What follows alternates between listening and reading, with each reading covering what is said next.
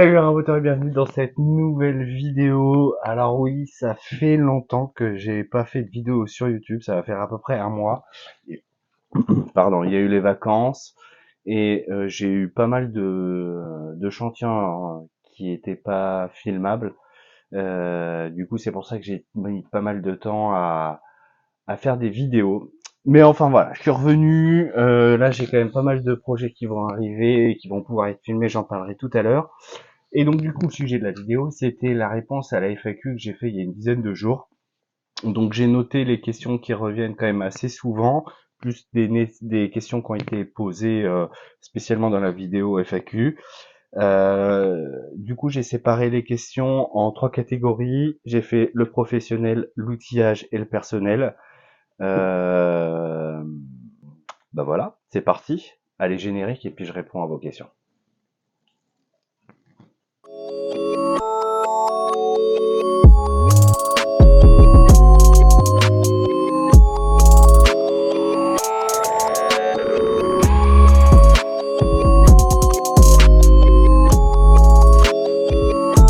On va commencer sur la première partie et c'est la plus grosse à mon goût, c'est la partie professionnelle, donc ce qui intéresse quand même une grosse partie des gens.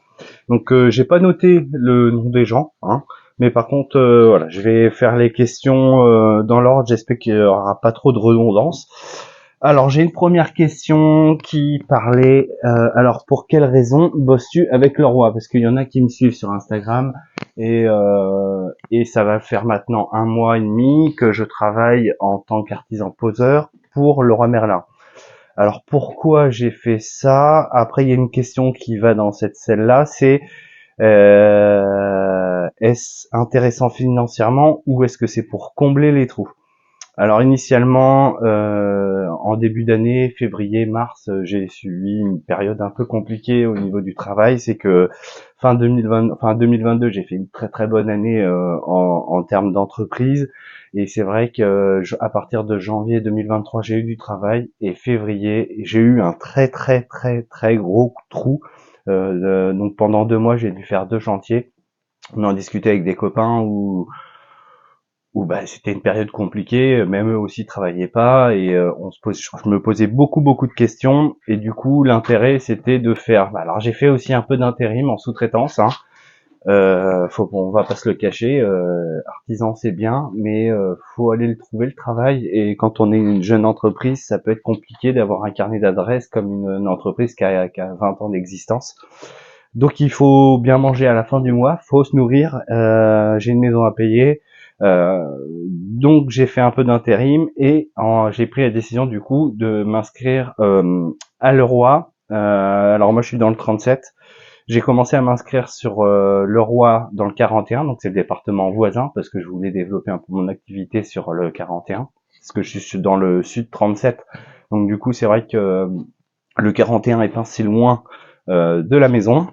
Euh, Est-ce que c'est intéressant financièrement? Oui, tout dépend les chantiers, tout dépend la distance du chantier. C'est intéressant, mais c'est surtout pour me combler mes trous. Ça me remplit mes plannings, c'est moi qui choisis si je prends ou pas le chantier. On reçoit des demandes de relevé technique et des demandes d'intervention. C'est à nous de dire oui ou non.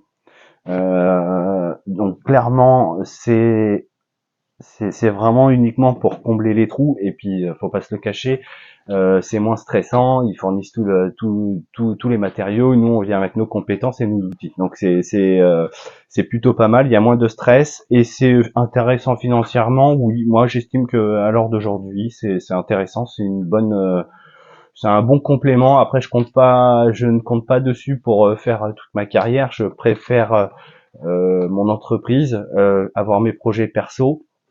Mais par contre, je ne partirai pas de Leroy pour l'instant parce que c'est vraiment quelque chose qui est intéressant financièrement. Voilà, tout simplement. Ensuite, je vais avoir deux questions. Là, on est dans le professionnel à fond. C'est comment estimes-tu ton tarif et quel est ton taux horaire? Alors, ce qu'il faut savoir, c'est il y a de la réglementation sans en avoir. En fait, il y a des fourchettes de prix pour les menuisiers et par exemple, en fait, ça va dépendre des secteurs où on se trouve en France. Actuellement, moi, dans la région centre, les prix vont varier sur le taux horaire. Je parle entre 35 et 65 euros.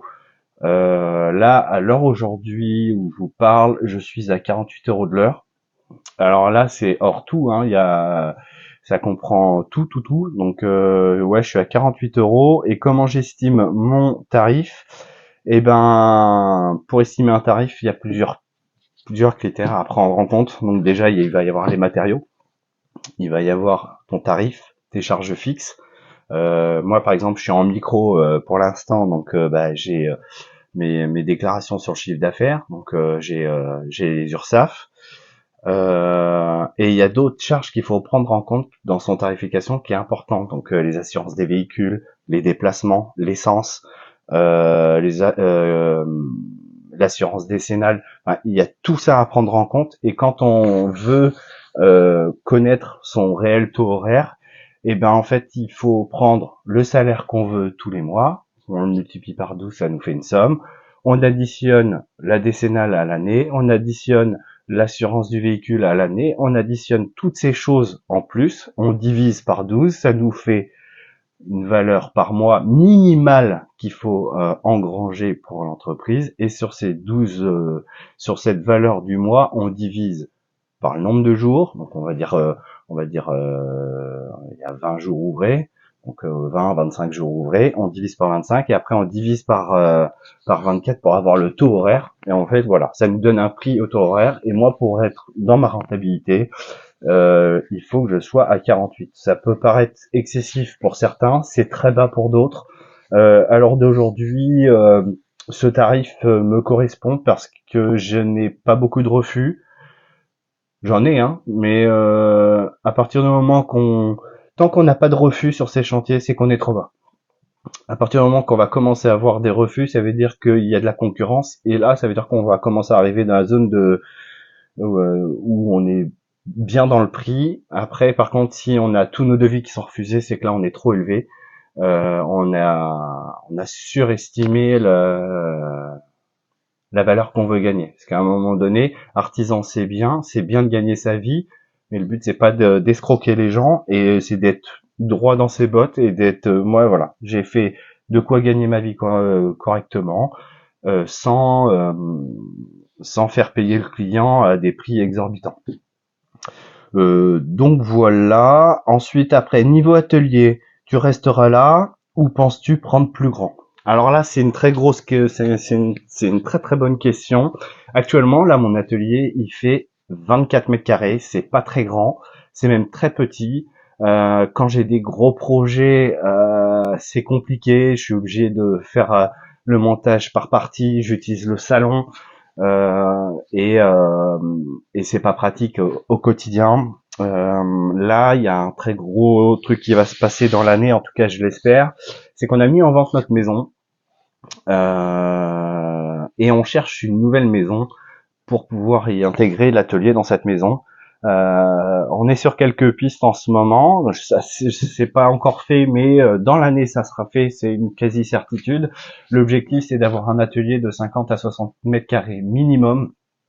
Donc si ça se fait, dans l'année il va y avoir un nouvel atelier, donc il va y avoir plein de vidéos sur la conception de l'atelier, parce que selon la maison qu'on va trouver, soit c'est une grange à réhabiliter, soit il y a rien, et là c'est l'atelier complet à construire.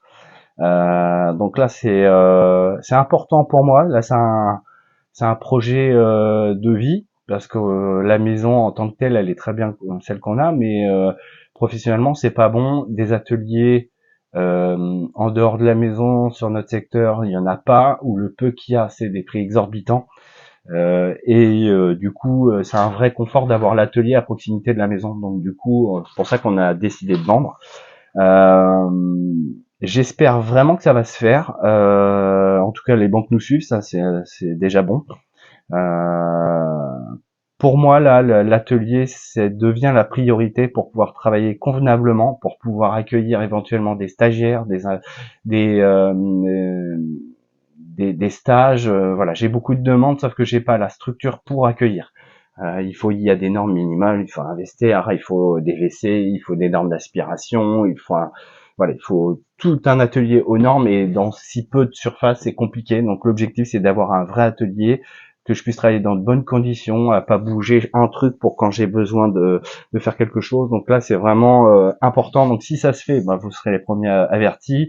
Et ça va en découler plein de choses après sur la chaîne. Forcément, il va y avoir toute la conception de l'atelier, toute la mise en place de cet atelier avec des machines ou pas, des nouvelles.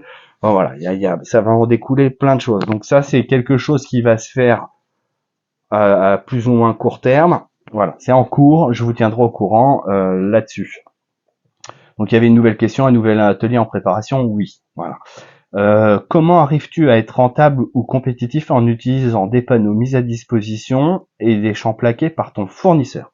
Alors aujourd'hui, il faut savoir que mon fournisseur, c'est Panneau France. Panneau France, c'est un sous-traitant, forcément, c'est un fournisseur de panneaux. Euh, Comment j'arrive à être rentable? Bah alors déjà d'une, il faut, en tant qu'artisan, il faut négocier avec son commercial des tarifs, ce que j'ai fait. Je sais pas si j'ai les meilleurs tarifs, mais en tout cas, moi, pour l'instant, à l'heure où je vous parle, j'arrive à sortir des devis convenables pour mes clients. Euh, alors oui, ça a un coût. Les panneaux, la découpe, la pose de champ, c'est un coût non négligeable. C'est quelque chose qu'à terme je vais supprimer. Je commanderai les panneaux en 2,80 par 2,07, ça c'est une certitude, mais seulement quand j'aurai l'atelier qui sera en mesure d'accueillir des si grands panneaux. C'est pratiquement 5 mètres carrés de panneaux. Là, si je pose le panneau ici, j'ai plus de place, je peux plus travailler, je peux plus bouger. Donc en fait là, c'est parce que j'ai pas de place. Euh, et qu'à l'heure d'aujourd'hui, j'arrive à compenser ce surcoût de découpe et de pose de champ. J'arrive à l'impacter dans mon devis sans forcément faire un devis exorbitant. Après, très court terme, c'est-à-dire que je vous parle de là ça maintenant, c'est d'ici quelques mois, voire moins. Je vais supprimer la partie plaquage de champ parce que je vais je vais m'acheter la Conturo, la K65 de chez Festool, la plaqueuse de champ. J'ai fait un rapport sur mes 20 derniers chantiers que j'ai fait avec Panneau France et le surcoût du plaquage de champ est amorti en 10 chantiers de la machine. Donc du coup, je sais ce que je vais faire. Par contre, le confort que j'avais sur les découpes, sur la pose de champ, c'est-à-dire que moi je venais chercher, c'était déjà à dimension, c'était déjà plaqué, j'ai pas de perte de temps, c'est-à-dire que j'arrivais à emmancher plein de chantiers. Là, va falloir que j'étale mes chantiers pour pouvoir avoir le temps de plaquer mes champs. Je vais garder la découpe parce que pour l'instant j'ai pas la place. À terme, quand j'aurai l'atelier, ouais, peut-être que je ferai la découpe. Donc j'arrive à être compétitif parce que je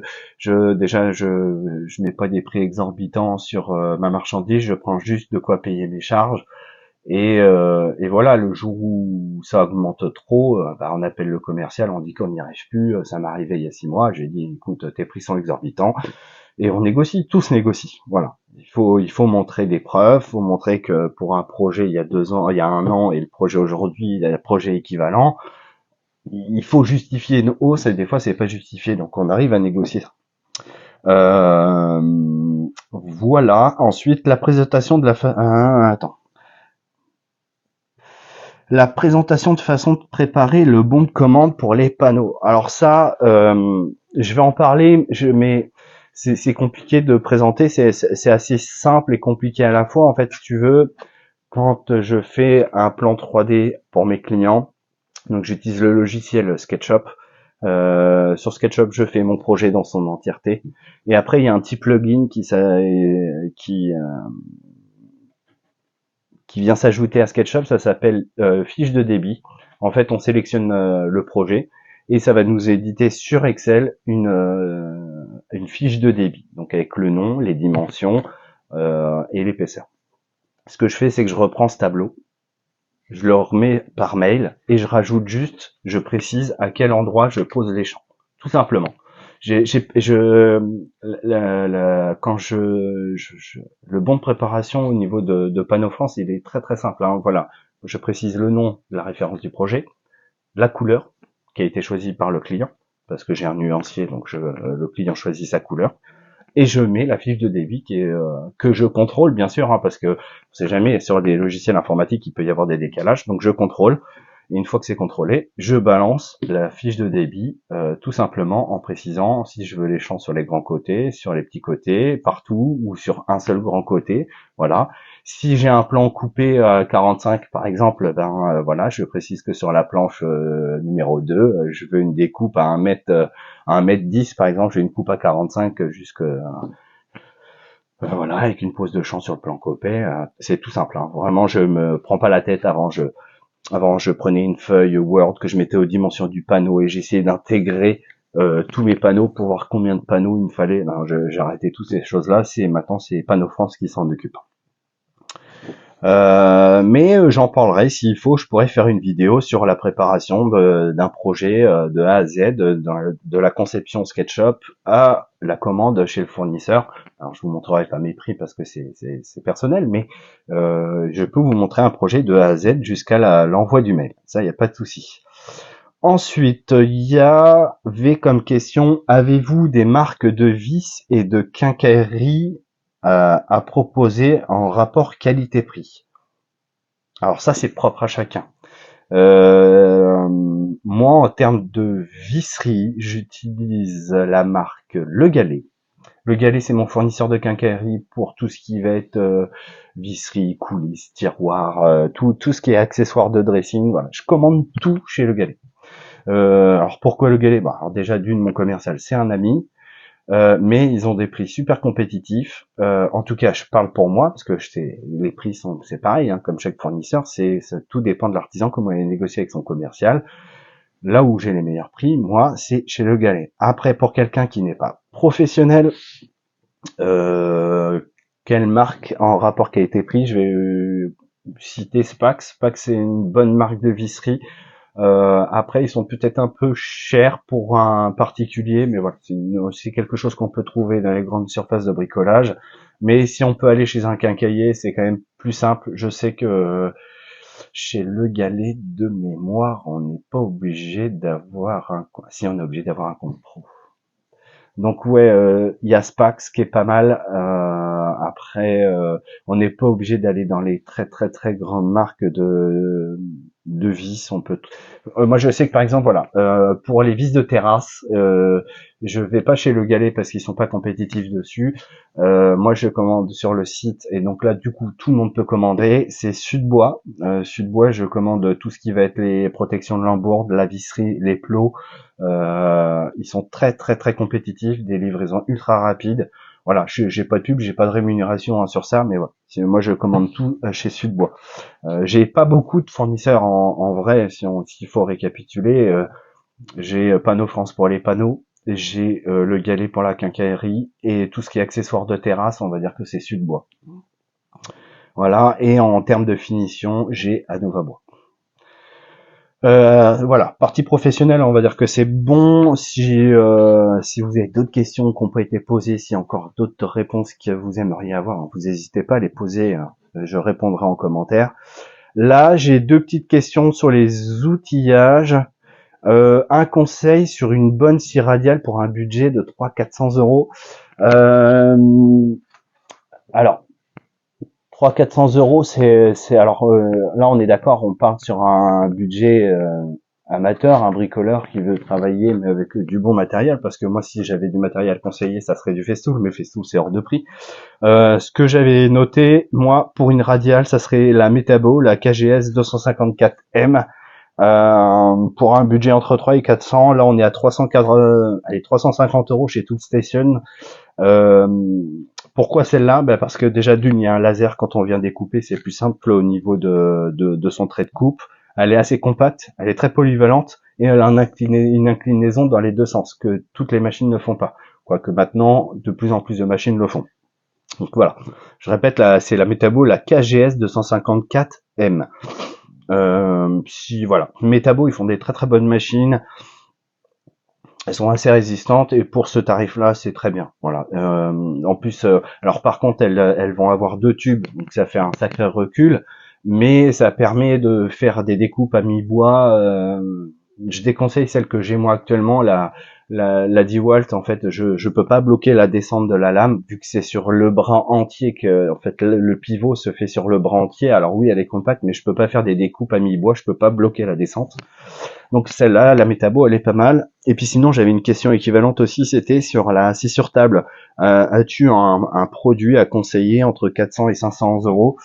Il y en a une qui m'a toujours fait de l'œil, mais je l'ai jamais achetée parce que j'en ai pas l'utilité pour l'instant, et puis je préfère attendre et m'acheter une vraie scie à format.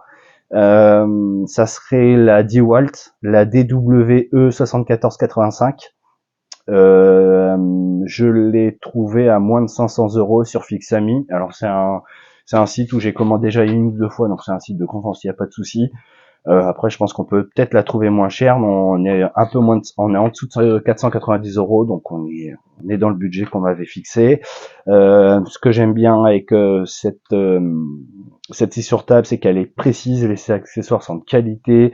L'oreille de guidage, c'est une molette, et donc il y a un engrenage devant et derrière. Du coup, ça bouge pas, c'est très stable. Elle est assez compacte, elle est pas très lourde. Alors c'est du filaire, hein. Ce que je vous ai montré, c'est du filaire. Je parle pas de machine à batterie. Mais voilà, si je devais la conseiller, ça serait celle-là, la DWE 7485. Ensuite, je vais passer. Il y a une autre question aussi, ouais, sur l'outillage. On me demandait quels étaient mes prochains achats de machines ou qu'est-ce que je souhaiterais acheter. Alors, j'ai répondu tout à l'heure. La prochaine machine que je vais acheter, c'est la Conturo de chez Festool, la K65. Alors, c'est un gros investissement, certes, hein, c'est un peu plus, c'est 3500 balles. Il faut en plus de ça rajouter une plaqueuse de pas une plaqueuse de champ, une affleureuse de champ. Alors moi j'en ai une petite Bosch, mais ce que j'aimerais c'est en avoir une dédiée pour affleurer les champs. Donc je vais me prendre la petite affleureuse de chez Festool aussi. Donc on est sur un budget de 4000 euros. Je pense que ça va être le gros achat. Et donc du coup, en termes de machine, de ce que je vais m'acheter après, ça va dépendre de mon atelier, mais j'aimerais avoir, parce que là j'ai une petite rabot d'ego, elle est déjà pas mal, mais j'aimerais avoir une rabot d'ego avec une table un peu plus grande, parce que là j'ai 1,20 m de table, j'ai 60 et 60. J'aimerais passer sur des tables un peu plus grandes, un peu plus larges, et de m'acheter une scie à format, ce qui est la base pour un atelier, et de travailler les grands panneaux. Voilà, donc tout dépendra de l'atelier que je vais pouvoir me faire ou avoir. Ensuite, on va passer sur des questions un peu plus perso. J'ai une question qui me demandait si j'étais à Artibat fin octobre là. Alors, j'aurais aimé y aller. J'ai appelé mes partenaires, surtout mes partenaires, aucun ne font Artibat. Et je m'y suis pris trop tard pour la réservation et pour aller sur place. Clairement, il y a plus de, je trouve pas de logement, ou alors c'est des prix exorbitants. Donc malheureusement, je ne serai pas présent à Artibat. Je voulais rejoindre les copains. J'ai plein de potes qui sont là-bas.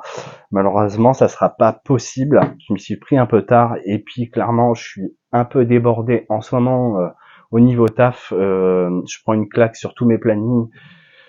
Un peu débordé à droite et à gauche. Du coup, on priorise d'abord le professionnel, le personnel, que d'aller voir les copains sur un salon. Même si c'est bien, on va aller voir les copains, les marques, mais là, clairement, cette année, je ne pourrai pas y aller. Ensuite, j'ai une question.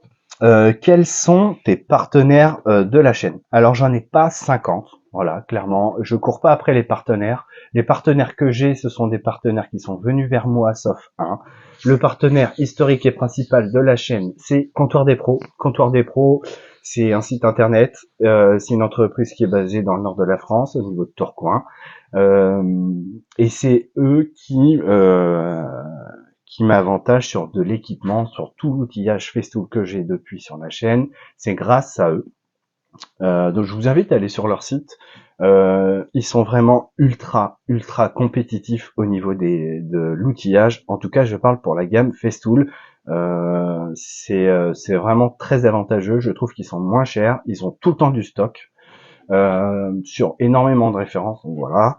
Ensuite, en partenaire, je vais avoir Ilcot. Ilcot, c'est un fabricant français de pays. Donc tous mes pantalons, mes chaussures de sécurité, mes polaires, les vestes, les doudounes, les doudounes sans manches, voilà, tout ce qui va être les vêtements et les EPI comme les chaussures de sécurité, c'est Hillcoat. Je l'ai rencontré sur un salon et c'est vraiment des produits de qualité. D'ailleurs, j'avais fait une vidéo, je vous mets la vidéo juste là en haut, où j'avais fait venir Christophe de chez Hillcoat qui était venu à l'atelier présenter sa marque et ses produits. C'est vraiment des bons produits et les retours des utilisateurs le retour que j'ai eu par rapport suite à cette vidéo et les achats qu'ils ont fait, ils en sont très satisfaits. D'ailleurs, je suis pas le seul à l'utiliser. Si vous connaissez l'atelier Floki, voilà, lui aussi il est en Hillcoat. Enfin, voilà, on n'est pas beaucoup, on est quand même quelques-uns à avoir Hillcoat et on en est très satisfait. Donc voilà, donc j'ai Hillcoat. Qu'est-ce que je vais avoir? Je vais avoir Anova Bois, qui est un partenaire assez récent, qui est arrivé cet été sur la chaîne. Donc là, c'est pareil, c'est français, c'est des produits, tout ce qui va être dégriseur, saturateur, vernis, rénovateur, voilà. Tout ce qui va être les finitions du bois, j'utilise Anova Bois. C'est des produits très qualitatifs, qui sont pas très chers, les livraisons sont rapides. Voilà, ça c'est le nouveau partenaire de la chaîne. Et j'ai un partenaire sûr, peut-être deux, j'attends, parce qu'il y a une question qui suit, quels sont les gros projets pour la suite? Alors je vais y revenir, justement, parce que par rapport à ces deux partenaires, j'ai deux gros projets qui arrivent. Donc du coup, en partenaire sûr pour le projet que j'ai prévu, c'est JPS. JPS, c'est un fabricant de tables de soudure que j'ai rencontré au championnat de France de soudure. Voilà, ceux qui me suivent sur Instagram le savent. Ça fait déjà 2 sessions. Donc il y avait cette année et il y a 2 ans le championnat de France de soudure qui se passait à Vierzon. J'ai découvert JPS, Jérôme, hein, le patron de la marque. Et le feeling s'est bien passé. Et c'est vrai que depuis que je suis un peu plus la soudure, j'ai envie de me lancer un peu dans la soudure pour pouvoir créer des objets bois, métal. Voilà, ça me plaît de plus en plus. Et puis j'ai des copains qui font ça, et c'est vrai que c'est très satisfaisant à regarder. Là, ce qui me vient en tête, j'ai Stéphane, SRC Bois. Je vous invite à vous abonner à sa chaîne. C'est très bon contenu. Pareil, il est comme moi, il est pas très présent, mais par contre, quand il sort une vidéo, c'est une vidéo de qualité. Et il fait des pieds de table, il va faire des bureaux, il va faire voilà. Et je voulais me lancer dans la soudure pour pouvoir aussi, moi, personnellement, pour moi, hein, pas forcément vendre des produits, mais m'améliorer dans ce sujet-là. Puis j'aime bien apprendre des choses et me développer. Voilà, je suis curieux, j'ai envie de savoir plein de trucs. Donc, JPS, je vais le rencontrer début novembre. Je vais me déplacer à son entreprise. Donc, il y aura une vidéo sur l'entreprise JPS où je vais venir récupérer du matériel. Voilà, c'est un partenariat. J'en parle pas plus, voilà, mais vous en saurez plus prochainement. Et j'ai un autre projet, donc là je vais pas en parler parce qu'il y a rien de fait, il y a rien de sûr. Et mon objectif sur la chaîne, c'est que une vidéo par mois, peut-être plus, peut-être moins, mais j'aimerais à minima une vidéo par mois sur un an.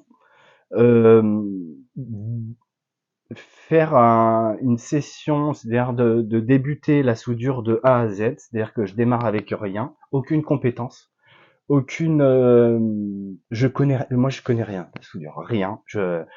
J'ai des bases très minimes, c'est-à-dire que je vais et encore, je sais même pas si j'ai des bases. Et l'objectif, c'est de faire une session de vidéo où on me voit évoluer, c'est-à-dire que du début, donc faire des entraînements, faire des petites soudures, des petites pièces, montrer mes échecs, mes réussites, jusqu'à la fin, réussir à faire un vrai projet dans son entièreté, où je serai satisfait du projet. Donc voilà, ça serait une série de vidéos qui va être sur la durée et d'apprendre la soudure. Et en même temps, si ça peut enclencher une passion chez quelqu'un ou de faire la même chose, ça sera des petits exercices. Alors, ce sera pas des grosses vidéos, ça sera des fois peut-être des petites vidéos de 2-3 minutes, ou comme des vidéos d'un quart d'heure ou une demi-heure. Mais voilà, j'aimerais apporter ça à la chaîne, la diversité de la soudure qui me plaît. Alors, j'ai pas trop de place, mais je sais déjà où je vais placer l'emplacement de ma table de soudure. C'est juste derrière la caméra, à côté de ma rabot d'ego. Voilà, parce que je sais que j'ai une table de 1 mètre par 50 centimètres qui va arriver. Après, à terme, ça sera une table de 1 mètre par 1 mètre. Mais voilà, pour l'instant, je commence petit et j'aurai plus grand quand j'aurai l'atelier qui sera plus grand. Donc voilà, ça c'est le gros projet de la chaîne, en plus de la construction de l'atelier et de la conception de l'atelier. Voilà. Ensuite, j'ai une question. YouTube, que fait-il une bonne rentrée d'argent? Alors clairement, je ne fais pas ça pour l'argent. S'il fallait que je fasse ça pour l'argent, j'en vivrais pas, tout simplement. En toute transparence, dans les meilleurs mois, parce que d'une déjà j'ai pas une fréquence de vidéos suffisamment importante et j'ai pas de débit suffisamment important, suffisant pour avoir des grosses rentrées d'argent. Il me semble que les plus grosses rentrées d'argent c'est au printemps, quand mes vidéos phares de la chaîne, les entourages de piscine, les terrasses, tout ça, je crois que je dois gagner au maximum 300 balles. Ça peut monter un peu plus, je crois que le maximum c'était 350. Et dans les plus petits mois, on va être aux alentours de 130, 150 balles. Donc je fais vraiment pas ça pour le financier. Clairement, s'il fallait que je compte dessus, faudrait que j'arrête de travailler et que je ne fasse que des vidéos. C'est pas le but. Moi, le but c'est de montrer mon travail, de montrer mes projets. Et voilà, si ça fait plaisir à regarder, si ça peut aider, si ça peut donner des idées, et ben c'est le principal. Alors je suis pas l'exemple à suivre. Hein. Je montre pas une méthode pile poil, nickel. Des fois, je suis un peu borderline au niveau des sécurités, voilà. Mais j'essaie de montrer ce qui me fait plaisir. Tant que ça me fait plaisir, je la fais la vidéo. Je vais pas faire une vidéo sous la contrainte, tout ça pour avoir de l'argent, pour avoir des partenaires, pour avoir. Non, c'est pas le but. Bon voilà, j'espère avoir répondu un maximum aux questions. Je sais qu'il y a des questions où j'ai pas été très précis par rapport à la fiche de débit. Mais s'il faut que je fasse une vidéo vraiment précise sur ça, il n'y a pas de souci. Tu me le dis en commentaire et je ferai une vidéo là-dessus si ça peut intéresser. En tout cas, j'ai essayé d'être le plus clair et le plus transparent possible. La seule chose qu'il faut retenir, c'est que moi, je ne fais pas YouTube pour l'argent. Je fais YouTube pour m'amuser. C'est pour ça que s'il y a des périodes où j'ai pas envie, je sortirai pas de vidéo comme là, il y a un mois, j'avais pas envie de sortir et je pouvais pas. Donc, je ne me force pas à faire une vidéo pour faire une vidéo. Ça, c'est super important. Tant qu'il y a le plaisir, on le ressent à travers la caméra. Si ça devient de la contrainte, c'est compliqué. Donc voilà, donc si vraiment vous avez des questions d'autres que j'ai pas répondu ou pas assez clairement, dites-le moi en commentaire, j'y répondrai. Je referai peut-être pas forcément une autre vidéo FAQ tout de suite, j'essaie d'en faire une par an, mais si j'ai de la demande, j'en ferai peut-être d'autres. Là prochainement, il va y avoir pas mal de projets filmés, dont la conception d'une rambarde pour d'un garde-corps pour une maison que je suis en train de rénover. Il va y avoir la conception aussi d'un petit escalier 4 marches. Il va y avoir la conception d'une porte de service. Voilà, il y a quand même pas mal de projets qui pourraient être filmés où j'ai les accords des clients. Donc voilà, donc si ça vous intéresse, oubliez pas, je le dis toujours, mais n'oubliez pas de vous abonner si vous voulez suivre la suite des aventures. Euh, et puis voilà, je vous dis à bientôt pour une prochaine vidéo et puis pour tous les projets qui sont à venir, à faire à suivre. Allez, ciao.